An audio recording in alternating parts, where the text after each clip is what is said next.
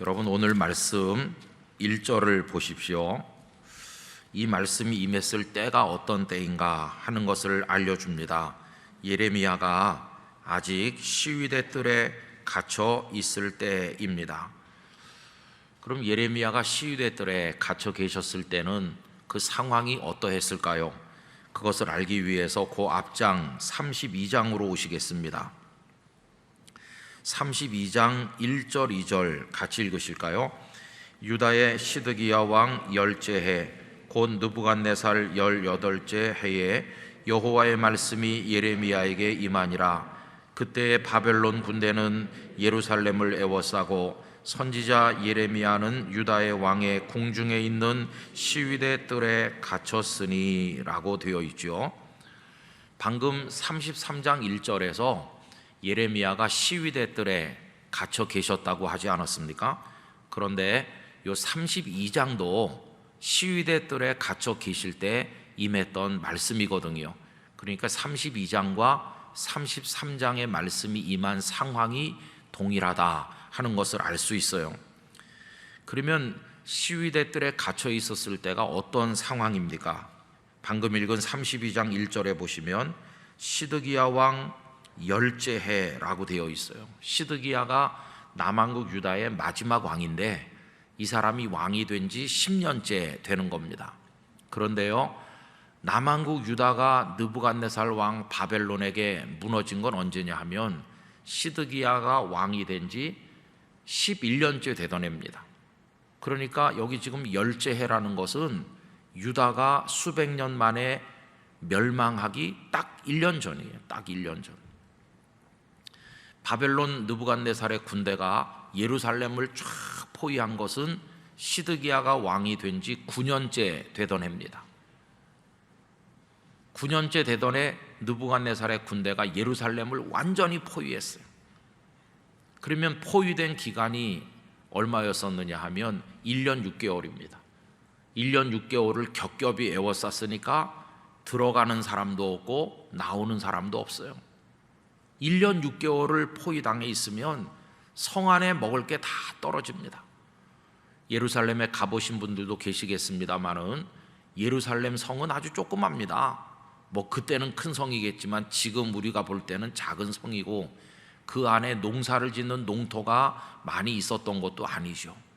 1년 6개월 동안 포위되면 바깥에서 식량도 와야 되고 삶에 필요한 것들이 와야 되는데 완전히 고갈되는 겁니다. 시드기야 제9년에 포위됐는데 여기 32장은 벌써 그 이듬해 시드기야 즉위한 지 10번째 해가 됐잖아요. 그러니까 이 상황이 어느 정도 엄중하냐 하면 이제 멸망할 때까지 몇 달 안 남았어요. 이제 성 안에 먹을 것도 떨어지고 사람들의 볼이 쾌한이 들어가고 공포에 질려 있고 저 성이 무너져 내리면 사랑하는 아들, 딸이 다 칼에 죽임당하고 처참하게 멸망하고 이 땅에서 완전히 사라지게 될 것에 대한 공포가 온 성 안을 짓누르고 있던 그런 때였어요. 바깥으로부터의 도움의 손길은 전혀 기대할 수 없었습니다. 이미 바벨론은 그 주변에 있는 다른 나라들을 다 파죽지세처럼 점령하고 왔기 때문에 구원의 손길을 기대할 데가 없어요. 유일하게 기대했던 것은 남쪽의 강대국 애굽이었었는데 주전 605년 갈그미스 전투에서 느부갓네살이 대승을 거둠으로써 이 애굽은 회복하지 못할 만큼 치명타를 입고 남쪽으로 내려갔고 꼼짝도 못하고 있었어요. 이제 유다는 입안에 들어간 것과 마찬가지고 이렇게 씹기만 하면 산산조각으로 부서지기 직전에 있었어요. 그러니까 여러분 여기 32장과 33장에서 시위대 뜰에 갇혀 있을 때 이때는요 마치 숨이 거의 끊어져 가는 상황과 같아요. 희망은 제로였습니다. 다 끝난 거였어요. 이때 상황이 얼마나 엄중했을까를 한번 상상해 보십시오. 얼마 전에 우리는 아프가니스탄이 탈레반에게 넘어가는 것을 마치 무슨 축구 경기 중계하듯이 보았습니다. 그들의 지도자인 대통령은 돈을 잔뜩 싣고 도망했다고 그러고, 그리고 몇 달은 버틸 줄 알았다고 그러는데 미국의 판단은 불과 며칠 만에 완전히 두 손 들었습니다. 살아보겠다고 카불 공항에 밀려든 그 인파를 생각해 보세요. 그래도 힘 있는 나라들은 자국의 백성들, 또 자기들과 연관된 아프가니스탄의 국민들을 비행기를 보내서 실어오기도 했지만, 그 비행기에 좀 타보려고 매달렸다가 떨어져 죽은 사람들 이야기들도 여러분 보시지 않았어요? 이게 얼마나 절박한 것일까요? 우리나라도 6.25 전쟁 때 저 흥남 부두에서 떠나는 미군 군함에 타기 위해서 몰려들었던 그 사람들의 이야기를 우리는 알고 있지 않습니까? 지금 유다는 거의 숨이 끊어져 가는 상황이에요. 그래도 시드기야 왕이 예레미야를 그런 대로 귀하게 여겨서 시위대 뜰에다 가둬놓고 그 성에 떡이 떨어질 때까지는 예레미야에게도 떡을 나눠줬다고 그랬죠. 이렇게 절박한 상황이에요.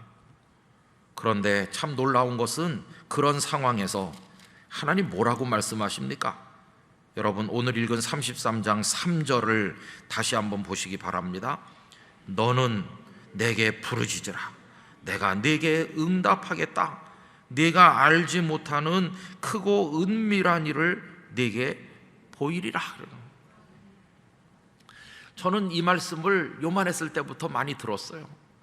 3절 말씀을 읽으면서 너는 내게 부르짖으라. 네가 알지 못하는 크고, 옛날 번역에는 비밀한 일이라고 그랬는데, 그걸 내가 너에게 보여주겠다. 요절처럼 줄줄 외웠던 말씀이죠. 그런데 앞뒤 정황을 생각을 해보면서 이 말씀을 다시 읽으니까 이게 상상도 못할 말씀이라는 생각이 들어요. 이제 다 끝났는데 이제 무슨 기도를 하라는 말이에요. 다 끝났는데 언제 성이 무너지고 적군의 말발굽발에 짓밟힐지 모르는 희망 제로의 상황에서 하나님은 무슨 기도를 하라고 하시나, 이런 상황이죠. 더군다나 하나님께서는 크고 은밀한 일을 보여주신다는 거예요. 이해가 안 됐을 것 같아요. 상식적으로 말씀하시려면 이렇게 말씀하는 게 훨씬 나아요. 부르짖어 봐라. 너희가 부르짖는다고 응답할 줄 아느냐? 끝났어. 차라리 이렇게 말씀하시는 게 상식에 맞죠. 그런데 하나님께서는 희망이라고는 전혀 없는 상황에서 부르짖으라고 하시는 분이세요. 이 말씀을 읽는 순간 큰 깨달음이 왔습니다. 우리가 주변 상황을 설명하면서 우리 가정은 이게 어렵고, 우리 교회는 저게 어렵고, 우리 사회는 이렇고 저렇고 하니까 이젠 끝났어, 우린 이렇게 말하면서 부르짖는 것조차 우리는 포기할 때가 많은데, 여러분, 하나님께서는 희망이 제로인 상황에서 부르짖으라고 말씀하시는 거예요. 그러니까 우리 영락교회 성도들은 부르짖는 기도의 사람이 되시기를 바라는 것입니다. 이런 상황에서 무슨 기도를 한단 말인가? 근데 하나님은 부르짖으라 하시는 거예요. 그것도 네가 열심히 부르짖으면 나 좀 도와줄게, 그런 정도의 이야기가 아니에요. 크고 은밀한 일을 보여준다는 거예요. 조그마한 일을 보여주시는 게 아니에요. 우리 상식으로 판단될 수 있을 정도, 예상할 수 있는 정도의 일을 보여주시겠다는 것이 아니라 너는 상상도 못할 깜짝 놀랄 일을 너에게 보여주겠다. 그걸 지금 말씀하는 거죠. 그럼 여러분, 하나님께서 보여주시겠다고 작정하신 그 깜짝 놀랄 크고 은밀한 일이 뭘까요? 거기 다음에 4절과 5절은요, 내가 죄악에 대한 징벌로 이 예루살렘을 헐고 파괴하고 무너뜨린다 하는 말씀이 나와요. 그러나 이제 하나님이 준비하시는 크고 은밀한 일이 6절부터 나옵니다. 6절부터 보십시오. 그러나, 여러분이 그러나가 은총의 그러나입니다. 너희들이 죄가 많고 그래서 내가 너희들을 향해서 진노하고 채찍으로 너희들을 쳤다. 그러나 이렇게 하시는 거예요. 너희들은 포위당했고 성중에 먹을 것도 다 떨어져 가고 이제 희망이 없다. 그러나 이렇게 하시는 것이, 여러분이 놀라운 은총의 그러나가 우리에게도 임하기를 간절히 기원합니다. 그러나 보라 이렇게 하시면서 내가 이 성읍을 치료하며 고쳐 낫게 하고 평안과 진실이 풍성함을 그들에게 나타낼 것이며 내가 유다의 포로와 이스라엘의 포로를 돌아오게 하여 그들을 처음과 같이 세울 것이며. 여러분, 아직 성이 무너지지 않았어요. 이제 조금 남은 건데 포로에서 돌아오는 건 언제 일입니까? 그 성이 완전히 무너지고 죽을 사람 죽고 끌려갈 사람 끌려가고 수십 년 세월이 흐른 그 다음에 포로가 돌아오는 거 아니에요? 그럼 지금 하나님은 어떤 말씀을 하시는 것입니까? 나중에 있을 일을 지금 땡겨서 말씀하시는 거예요. 아직 망하지 않고 조금 남아있는데 하나님은 그 다음에 회복될 일을 벌써 준비하고 계시다는 걸 알려주시는 것이. 여러분, 하나님은 벌써 다 준비하고 계시죠? 포로들이 돌아와서 예루살렘 성전을 다시 재건하고 예루살렘이 북적대고 부흥될 것을 벌써 말씀하시죠. 그래서 거기 8절을 계속 읽어보면 내가 그들을 내게 범한 그 모든 죄악에서 정하게 하며 그들이 내게 범하며 내게 행한 모든 죄악을 사할 것이라. 이 성읍 예루살렘이 세계 열방 앞에서 나의 기쁜 이름이 될 것이며 찬송과 영광이 될 것이요 그들은 내가 이 백성에게 베푼 모든 복을 들을 것이요 내가 이 성읍에 베푼 모든 복과 모든 평안으로 말미암아 두려워하며 떨리라. 이렇게 말씀하셨습니다. 여러분, 오늘 오후에 저는 이 말씀을 들여다보고 생각하면서 하나님께서는 우리가 상상할 수 있는 정도의 일을 준비하고 계신 분이 아니시라는 걸 다시 한번 생각하게 됐어요. 하나님은 우리가 생각하는 것보다 훨씬 크신 분이십니다. 훨씬 위대하신 분이십니다. 그래서 우린 찬송하죠. 주님의 높고 위대하심을 찬송하지 않습니까? 우리는 한 100원쯤 줄라나 이렇게 기도하면서 손을 내미는데 하나님은 1억만금을 주시는 것이, 그게 하나님이세요. 하나님은 어떤 분이시기 때문에 그렇습니까? 여러분, 오늘 본문 2절을 다 같이 읽어보도록 하겠습니다. 2절요. 이를 행하시는 여호와, 그것을 만들며 성취하시는 여호와, 그의 이름을 여호와라 하는 이가 이와 같이 이르시도다. 아멘. 일을 행하시는 여호와라고요. 그 일을 만들며 성취하시는 여호와라고. 여러분, 하나님께서는 희망 없어 보이는 우리 개개인을 위하여, 우리 가정과 교회를 위해서, 이 대한민국과 한국 교회를 위해서 아름다운 일을 지금 만들고 계신 줄로 믿습니다. 그것이 뭔지 우린 알 수 없어요. 그러나 크고 은밀한 일일 것이 틀림없습니다. 그걸 우리가 기대해야 되는 거죠. 하나님을 믿는다는 게 뭔가? 이제 희망이 없어. 하나님도 어쩔 수 없을 거야. 이건 하나님을 안 믿는 것이고, 하나님을 믿는다는 것은 희망이 하나도 없는 것 같지만 하나님께서는 우리를 위해서 일을 만들고 계신 줄 믿습니다. 이게 하나님을 믿는 것이죠. 그래서 저도 많이 자책했어요. 하나님을 믿지 않았구나. 우리가 하나님을 믿는 건 너무나 시시하구나. 하나님 앞에 기도할 때도 요만한 걸 위해서 기도하는구나. 하나님은 이만한 걸 준비하고 계시는데 이제부터는 크고 은밀한 일을 기대하고 믿으면서 기도해야 되겠구나, 이런 생각을 가지게 됐습니다. 어제 저는 순복음교회 조용기 목사님 빈소에 우리 교회 성도들을 대표로 해서 문상을 갔다 왔습니다. 근데 다 아시는 얘기지만은 참 하나님께서 하시는 일이 놀랍죠. 조 목사님이 86세로 세상을 떠나셨는데 전 이번에 느낀 게 참 많아요. 그러면서 옛날 일도 많이 생각났습니다. 그분이 서대문에서 목회하실 때 30대 팔팔하실 때, 그때 제가 많이 아팠었다는 거 여러분 아시잖아요. 중학교 3학년, 고등학교 입시도 다가오는데 공부를 해야 되는데 학교도 못 가고 있으니 말도 제대로 못하죠. 얼굴이 이렇게 돌아가가지고 발음이 정확하지 않고 몸도 이상하게 굳어버렸고, 그래서 처음에는 병원의 의사 선생님들이 날 고칠 거야, 한두 달은 그렇게 기대했죠. 그런데 여러 병원을 전전해도 정확한 원인을 알지 못했을 때 굉장히 절망했죠. 4월달, 5월달, 6월달 이렇게 지나면서 절망은 커지고 점점 낭망하게 됐죠. 그때는 무슨 생각이었는지 아세요? 하나님, 제가요 뭐 대단한 인생을 안 살아도 좋아요. 그냥 이렇게 얼굴이 좀 똑바로 돼갖고 말이라도 좀 바르게 할 수 있게 해주세요. 그때는 기대하는 게 그런 거였어요. 나중에는 뭐 학교 같은 거 안 다녀도 좋아요. 그냥 중학교 중퇴도 좋아요. 그냥 말이라도 좀 똑바로 하고 물 마시면 물이라도 좀 목구멍으로 제대로 넘어가고 좀 그렇게 살게 해주세요.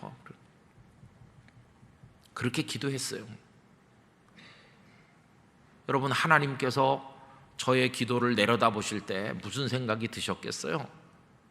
부자이신 하나님 앞에 와가지고 제가 10원만 주세요 그러는 것과 똑같잖아요. 참 믿음이 없는 거예요. 기도를 하긴 하는데 그렇게 기도했어요.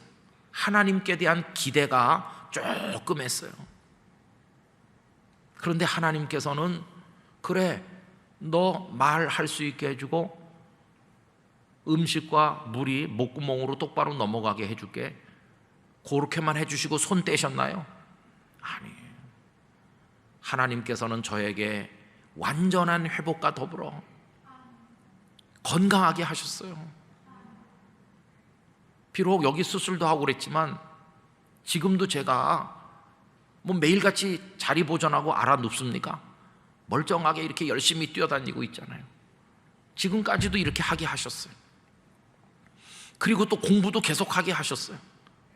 그리고 목사까지 되게 해주셨어요. 나는 요만한 걸 기도했는데 하나님은 크고 은밀한 계획을 다 가지고 계셨던 것이에요. 그걸 저에게 주신 것이.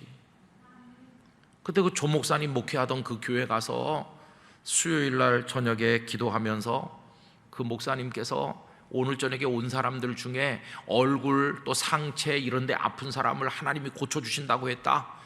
그런 사람 있으면 그 자리에 일어나 보라. 이렇게 했을 때 하나님은 저를 몸만 고쳐주시기로 작정하신 게 아니었어요. 저의 인생 전체를 하나님은 붙들고 계셨던 것이에요. 물론 몸이 다 나았어요. 하나님이 고쳐주신 것이지만 그 조 목사님이라는 분을 통해서 역사하셨기 때문에 제가 목사님 빈소에 가게 된 것이었어요. 하나님께서 어떤 때는 직접 역사하기도 하시고 어떤 책을 통해서 깨닫게 하기도 하시고 주변에 사랑하는 이들의 말을 통해서 은혜를 받게 하기도 하시고 목회자들의 설교를 통해 역사하기도 하시고 하나님 다양하게 역사하시는데 여러분, 하나님께 대한 기대가 너무 작잖아요. 저는 그 출애굽한 이스라엘 백성들이 홍해 앞에 가로막혔을 때 모세의 믿음이 정말 대단하다고 생각합니다. 뒤에서는 애국 군대가 병거 600승을 앞세우고 막 몰려오죠. 앞에는 망망대해죠. 이제 뭐 꼼짝없이 죽던지 어떻게 될 것, 그런 위기에 만났잖아요. 그런데 모세가 뭐라고 말합니까? 오늘 너희를 위해서 행하시는 구원을 보라는 것이. 그때 백성들이 무슨 생각을 했겠습니까? 다 죽는다고 아비규환이고 다 비명 지르고 두려워 떨고 울고불고 그러는 판인데 모세는 무슨 기대를 가졌습니까? 오늘 너희를 위해서 행하시는 하나님의 구원을 보라. 모세는 하나님을 기대했어요. 하나님께서 놀라운 일을 우리를 위해 준비하고 이루실 줄 믿습니다. 이게 모세의 믿음이었어요. 여러분, 그 중에 누가 바다가 갈라져서 건너게 될 줄 알았을까요? 믿음이 그래도 상당한 사람이 있었다면 하나님께서 저 애굽 사람들 병거 바퀴를 빠지게 하실래나? 뭐 그런 기대를 했을지는 모르겠어요. 그러나 바다를 갈라서 건너게 하실 걸 미리 예상하고 있었던 사람은 한 사람도 없을 거예요.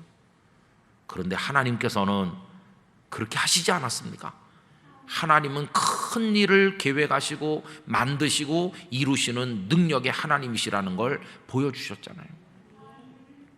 일제 말기에 우리 동포들 중에 성도들은 이 나라가 독립될 수 있을까? 그렇게 기도하다가 처음에는 간절히 기도했는데 3.1 운동이 벌어질 때만 해도 교회 안에는 독립에 대한 꿈이 꽉 차 있었습니다. 그러나 3.1 운동이 실패한 것처럼 보이고 탄압이 많아지고 1920년, 30년대 되니까 교회 안에 희망의 불꽃이 다 사그러들었습니다. 1930년대를 넘어가면서 한국 교회 안에 두드러지게 나타난 현상은 내세를 사모하는 거였어요. 왜 다 내세를 사모했을까요? 이 땅에서는 희망이 없다고 생각하니까 내세를 사모하는 것입니다. 대표적인 분이 길선주 목사님이시죠. 길선주 목사님은 부흥회 다니실 때마다 요한계시록 강해를 많이 했습니다. 요한계시록 강해를 하면서 이 땅에서는 일본의 지배를 받으며 희망이 없지만 우리는 천국이 있지 않느냐 이렇게 말했습니다. 하나님께서 이 땅에서 어떤 일을 하실 것인지에 대해서는 기대하지 않았어요. 이대로 끝나는 거고 그냥 일본에게 눌려 사는 거고 일본 사람 되는 거고 희망이 없으니까 우리의 희망은 천국 가는 것밖에 없는 거예요. 그래서 그런 종말론적인 경향이 30년대, 40년대 한국 교회 안에 굉장히 강하게 나타났어요. 그러면서 그 절망감이 어떻게 표출됐느냐 하면 많은 우국지사들, 믿음의 사람들이 변절하기 시작했어요. 그래서 일본에게 협력하기 시작했어요. 이 땅에서는 어쩔 수 없으니까 무슨 해방 같은 거 기대하는 사람 별로 없었어요. 그러니까 다 변절하는 것입니다. 그렇게 충절이 뛰어났던 사람들이 희망 없다고 생각해서 다 일본과 손을 잡았어요. 오늘날 와서 친일파라고 비난을 받는 이들이 처음부터 친일파였던 건 아니었어요. 그런데 여러분, 어느 날 일본이 망한 거예요. 일본이 그때쯤 망할 거라고 다 기대를 가지고 생각을 했으면 누가 변절하겠습니까? 아무도 변절하지 않죠. 그런데 아무도 생각했지 못했던 크고 은밀한 일이 하나님의 손 안에서 이루어진 것이었어요. 어느 날 갑자기 해방됐어요. 믿을 수가 없는 일이 벌어진 것이에요. 여러분, 하나님께서는 이스라엘 백성들을 위해서는 홍해를 갈라주시더니 우리를 위해서는 어느 날 갑자기 해방을 주셨어요. 하나님 하시는 일은 그런 줄로 믿습니다. 지금 우리가 숨이 다 멎어가는 것 같아도 하나님의 크고 은밀한 일이 나타나기만 하면 엄청난 변화가 있을 것이라고 저는 기대합니다. 그걸 우리는 믿어야 되는 거죠. 그렇다고 한다면 오늘 저녁에 우리의 기도가 상식 수준의 기도여서는 안 되겠다는 생각이 드는 것이에요. 하나님은 나보다 조금 강하시고 나보다 조금 더 하실 수 있고 그러니까 조금 더 기도하자. 내가 할 수 있는 것보다 조금 더 기도해야지. 그게 아니에요. 하나님께서는 우리가 상상도 못한 일을 준비하고 이루어 가시는 전능하신 하나님이신 줄로 믿습니다. 그 하나님을 바라봐야 되는 것입니다. 그래서 여러분, 저는 오늘도 이 말씀을 생각하면서 우리가 믿음이 없다는 생각을 많이 했어요. 주일날 모여서 예배하고 하나님을 부를 때는 믿음 있는 것 같지만 여러분, 현실로 돌아가면 다 내 계산만 해보죠. 계산해 본 결과는 뭡니까? 언제나 적자죠. 언제나 부족하죠. 언제나 희망이 없죠. 하나님을 부르긴 부르는데 그 하나님이 도와주실 거라는 거는 안 믿는 경우가 많아요.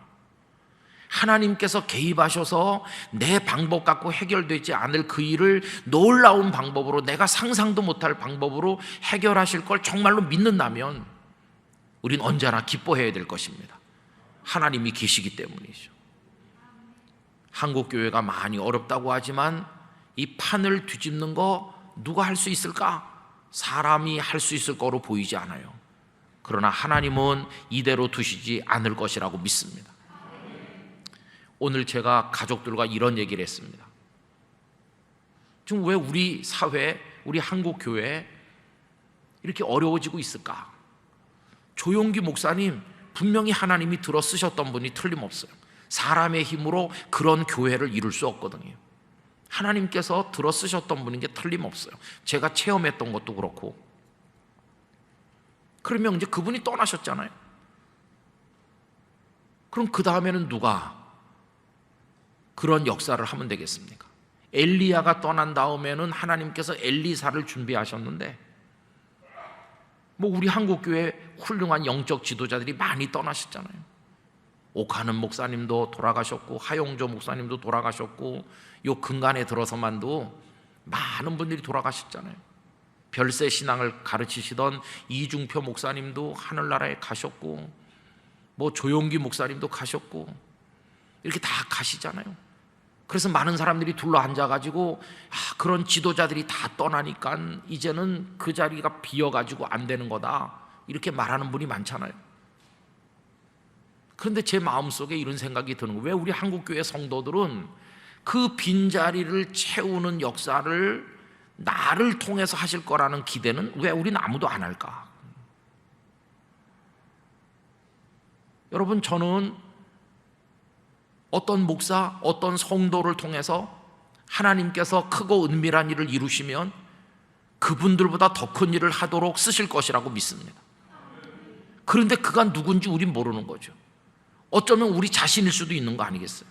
하나님의 크고 은밀한 일이 우리에게 나타난다면 우린 오늘 이 시대 엘리야가 될 수도 있고 엘리사가 될 수도 있잖아요. 그런데 그런 일이 우리에게 일어날 거라는 기대는 우린 전혀 하지 않죠. 그건 우리에게는 안 일어나는 일이라고 아예 접어놓고 생각하잖아요. 그러면서 어디 좀 없나 이러잖아요. 여러분, 하나님의 크고 은밀한 일은 오늘날도 일어나는 것이고 그 일이 나한테도 일어날 수 있다고 하는 걸 믿고 그 가능성 앞에 무릎을 꿇어야 되는 것이죠. 하나님이 어떻게 우리 인생을 장악하시고 우리를 쓰실는지 아무도 알 수 없는 것이. 가끔 보면 어떤 별로 그렇게 뭐 대단해 보이지 않던 어떤 전도사님이나 그런 분이 나중에 크게 일하는 거 보면 성도들이 이렇게 말해요. 어이구, 옛날에 우리 교회에서 교육 전도사 할 때는 형편없더니 어떻게 그렇게 됐나, 이렇게 말해요. 여러분, 하나님이 크고 은밀한 일을 이루시면 다 그렇게 될 수 있는 것이에요. 그걸 누가 알겠습니까? 우리는 모르지만 하나님은 지금도 저나 여러분을 위해서, 영락교회를 위해서, 이 땅에 하나님의 의로운 일을 위해서 일을 만드시고 이루어가고 계신 줄로 믿습니다. 그걸 믿어야 되는 것이에요. 그리고 그 믿음의 근거에서 이 밤에 하나님 앞에 기도하시기를 바랍니다. 하나님, 많이도 구하지 않아요. 요만한 거 하나 주세요. 이렇게 구하지 말고 어차피 기도하는 건데 좀 크게 기도하세요. 믿고 크게 기도한다고 세금 고지서가 나오는 것도 아니고 경찰에서 오라고 부르지도 않아요. 어차피 기도할 건데 주님, 크고 은밀한 일을 저에게도 보여주세요. 우리 가정에도 보여주세요. 내 자녀에게도 나타나게 해주세요. 우리 교회에도 임하게 하여 주시옵소서. 그렇게 기도하는 것이, 저는 우리가 하나님을 좀 더 뜨겁게, 더 분명하고 확실하게 믿게 되기를 원합니다. 이 일이 막 꼬여가지고 희망이 없는 것 같아도 여러분, 하나님께 소망을 두시기를 원합니다. 하나님 어떻게 하실지 알 수 없어요. 저 아까 우리 가족들과 얘기하면서 이런 얘기도 끝에 했습니다. 우리가 나중에 몸이 많이 아플 때 이렇게 기도하잖아요. 하나님, 제가요 병원 의사도 뭐 어떻게 못할 것 같고 너무 많이 아프고 그런데 조금 안 아프게 해주세요, 이렇게 기도하죠. 조금 믿음이 좋은 분은 저를 고쳐주세요, 이렇게 기도하죠. 근데 하나님의 크고 은밀한 일은 어떻게 나타날 수 있다고 생각하세요? 고쳐주시는 걸로 나타날 수도 있지만, 얘야, 죄 많은 세상에서 고생하지 말고 내 나라로 와라, 영생의 나라로 부르시는 것도 크고 은밀한 일이라고 믿습니다. 제가 그 얘기를 했어요, 우리 가족에게. 그것도 크고 은밀한 일이라고. 하나님의 모든 일에 대해서 우리 마음을 드려야 될 줄로 믿습니다. 저는 하나님께서 오늘까지 해방 이후 76년, 6.25 이후 지금 71년 아니에요. 얼마나 가난했고 잿더미가 됐고 다 부서졌고, 그리고 이 민족에 희망이 없었습니까? 상식적으로 하면 이 불과 몇십 년 만에 한강의 기적을 이루고 10위권의 경제 대국이 되고 이런 나라가 될 수가 없어요. 상식적으로 전 세계 어느 나라도 이걸 경험한 나라가 없어요. 후진국에서 선진국 되고 원조 받다 원조 주는 나라가 되고 이렇게 된 나라가 전 세계 한 나라도 없어요. 우리나라가 지금 경험하고 있는 것은 상식을 벗어난 하나님의 역사인 것이에요. 우리가 지금 경험하고 있잖아요. 한국 교회가 선교 받은 지 얼마 안 되는데 이렇게 엄청난 선교사를 보내는 교회가 된 것도 이거 상식으로 설명할 수 없는 일이에요.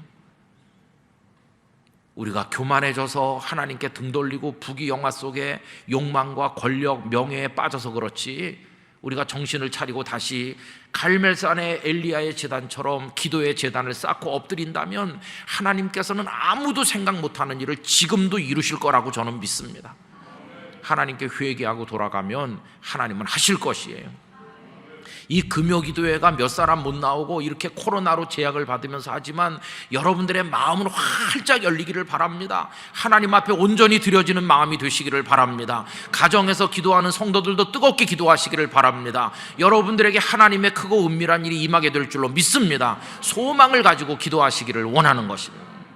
복음을 전도할 때도 그런 마음으로 전도하고, 설교하는 목사도 뭐 설교한다고 되겠어 이렇게 하면서 그냥 뭐 예배가 됐으니까 하는 거지 이렇게 하지 말고, 저부터도 하나님께서 역사하실 줄 믿고 해야 된다고 생각합니다.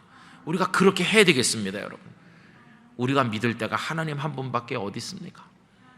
예레미야에게 성이 오늘날 하는 마지막 상황에서 크고 은밀한 일, 이 성이 부흥될 걸 말씀하시는 하나님의 음성을 우리가 읽었는데, 아무리 희망이 없어도 하나님은 아름다운 일을 준비하시는 거예요. 그러니 하나님이시죠. 그러니까 하나님이신 거예요. 우리가 그렇게 절망 속에 있는데 누가 와가지고 힘들지, 어렵겠어, 내가 봐도 어려울 것 같아, 각오해, 그러고 가면 하나님이십니까? 하나님이 아니죠. 그런데 죽어가는 우리에게 나는 너를 살릴 것이다, 죄 속에 빠진 우리에게 내가 너를 씻어 의롭게 할 것이다, 이 땅의 생명 속에서 허덕이는 우리에게 영원한 생명을 줄 것이다. 그러니까 하나님이시죠. 그러니까 하나님은 그런 분이세요. 하나님을 더 분명하게 믿어야 되겠습니다. 여러분, 말씀대로 365 하신 분들은 다 아실 텐데 이스라엘 백성들이 어떤 죄를 짓고 있습니까? 입으로는 하나님을 열심히 찾지만 화도 내리지 않고 복도 내리지 않는 하나님이라고 한다고 그랬죠. 종이 하나님. 하나님을 찾지만 정말 하나님이 복을 주거나 화를 주지 않고 그냥 있으나 마나한 하나님이라. 오늘 많은 성도들이 예배하고 하나님을 찾지만 정말 그분이 나에게 엄청난 일을 하실 거라는 건 기대하지 않고 있는, 하나님을 계산해서 빼놓고 있는 종이 하나님을 가지고 있는 이들이 얼마나 많은지 몰라요. 여러분, 하나님은 살아계신 하나님이세요. 우리 속에 역사하시는 하나님이십니다. 우리를 향한 하나님의 계획을 믿어야 되겠습니다. 하나님, 저에게 그걸 믿는 믿음을 주시옵소서. 지금까지 살아온 것보다 남은 여생 하나님이 나를 통해서 어떻게 역사하실는지 나는 그것을 바라고 기대하며 하나님의 손에 붙들린 사람이 되리라, 그런 마음을 가지고 기도하시기를 바라는 것입니다. 하나님께서 우리에게 은혜의 하늘을 열어주셔서 이 밤에 기도하실 때 힘을 주시기를 원하고 믿음으로 기도하시기 바라고, 앞으로 여러분의 기도 생활과 하나님을 바라보는 믿음의 생활이 완전히 새로운 차원으로 발돋움 되시기를 간절히 축원합니다.